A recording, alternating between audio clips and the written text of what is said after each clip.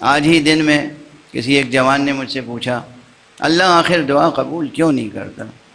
یعنی بڑے عجب انداز سے اس نے ایک عجیب کیفیت کے ساتھ سوال کیا، اور میں نے جواب دیا کہ ایسا ہرگز نہیں ہے، اللہ ہر دعا قبول فرماتا ہے،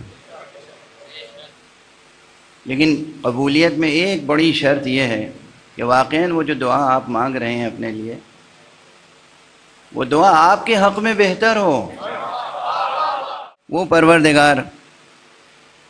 وہ جانتا ہے کہ کیا چیز بہتر ہے، کیا چیز بہتر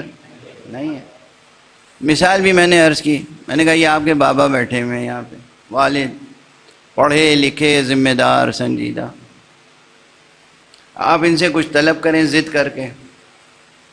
اور وہ آپ کے حق میں بہتر نہ ہو اور یہ اسے پورا کر دیں، تو بعد میں کیا ہوگا؟ باپ سے شکوہ ہوگا، آخر آپ کو معلوم تھا، آپ نے کیوں پوری کی میری یہ خواہش؟ لاکھ باپ کہتا رہے کہ بیٹا تم نے ضد کی تھی تو میں نے کر دیا، وہ یہ نہیں حجت تمام ہوگی، وہ پھر کہے گا آپ کو تو معلوم تھا نا، آپ نے کیوں کر دیا؟ اگر یہ زندگی کا تجربہ آپ کے سامنے رہے تو پھر خدا سے کبھی شکوہ نہیں کریں گے کہ پروردگار تو نے دعا کیوں قبول نہیں کی۔ دعا جو آپ کے حق میں بہتر ہے ضرور پوری ہوگی،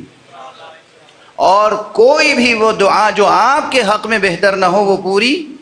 نہیں ہوگی۔ اور لطف الہی یہ ہے، روایات میں وعدہ کیا گیا ہے، نہ صرف یہ کہ پوری نہیں ہوگی بلکہ آپ نے ہاتھ اٹھایا تھا نا، دست دعا بلند کیا تھا نا، کچھ طلب تو کیا تھا، آپ کے حق میں بہتر نہیں تھا، وہ بات پوری نہیں کی، لیکن صرف اس کا اجر، اس کا ثواب کہ آپ نے خدا کے سامنے دست طلب بلند کیا تھا، آخرت میں اس کا اتنا ثواب ملے گا کہ جو آپ کے تصور سے بڑھ کر ہوگا۔ روایات میں ہے کہ آخرت میں بہت سے مومنین دیکھیں گے انہیں بہت اجر ملا ہے،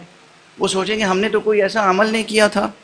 ہم نے تو اتنی عبادت نہیں کی، اتنا اجر کس لیے ہمیں مل رہا ہے؟ آواز مشیت آئے گی، میرے بندے یہ اس کا اجر ہے جو دعائیں تو نے کی اور دنیا میں ہم نے پوری نہیں کی۔